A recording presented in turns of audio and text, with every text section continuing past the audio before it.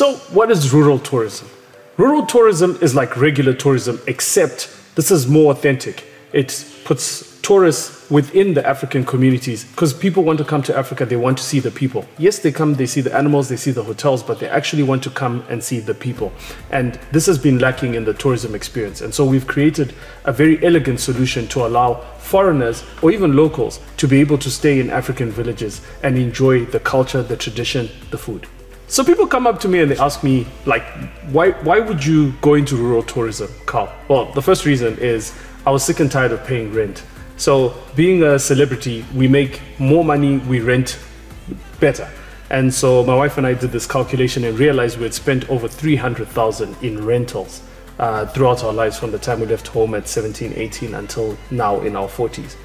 And so we had to come up with a solution of how could we get onto the property ladder. And the first thing that we decided was actually go back to the village. It's in living in the village that we realized there was a big fascination around, like my comedy. Every time I come back to Zimbabwe, people would want to come to our village. And so we had to come up with a way that we could administer this, because living in a village in between the Victoria Falls airport and the town, you know, you can only imagine how much attention people wanted to give to this particular project.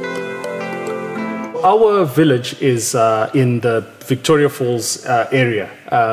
The joke about it actually is that I hate it when people hear that I'm a Zimbabwean comedian abroad and then they say they think we live in grass huts, we're surrounded by animals, and we run naked towards the sun singing songs like which is true. I now live in a village surrounded by animals actually, and I do sort of bath in my outdoor shower singing towards the sun.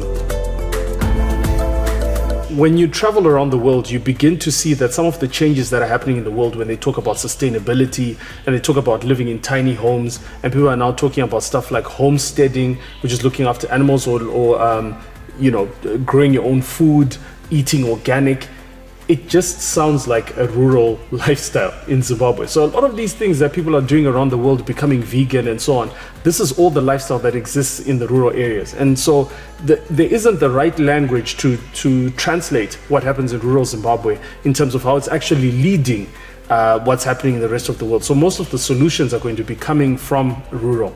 And it's quite interesting now when we start talking about the NDS1, when you look at issues to do with like community development and developing some of these things, is that you then realize that the actual better life that exists for Zimbabwe, just like America is selling the American dream, the rural dream is actually something that is both contemporary and appropriate even for the younger Zimbabwean. It just has to be put into the right language for them to understand how they can use it commercially, how they can monetize it, but also how we can give them like a better sense of life values and even celebrating their tradition.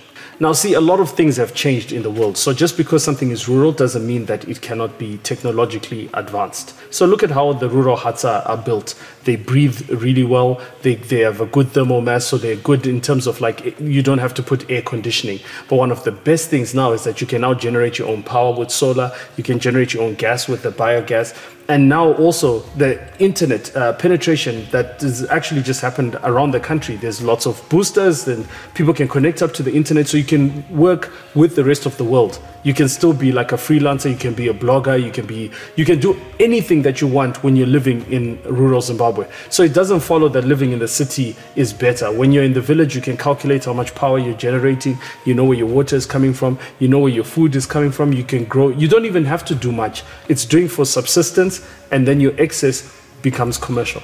Every time you see a map and you see a word on a map or a name on a map, that means there's money that can be generated in that area. They don't put names where they can't generate money. So anywhere in Zimbabwe, particularly rural, has got a lot of financial and commercial opportunities for young people.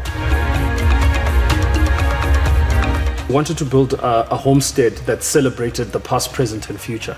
So we wanted to celebrate the technologies around building the mud huts with the straw, but at the same time, we also want to look at the straw and produce a more synthetic version of the straw so that you can do rainwater collection, because you currently can't do that with the current huts. Other things that we looked at is like trying to build like a smart home with green walls. And what I mean by green walls is being able to grow my lettuce and my salads on one of the walls in the house, and using aquaponics, utilizing the biogas in order to do the cooking itself.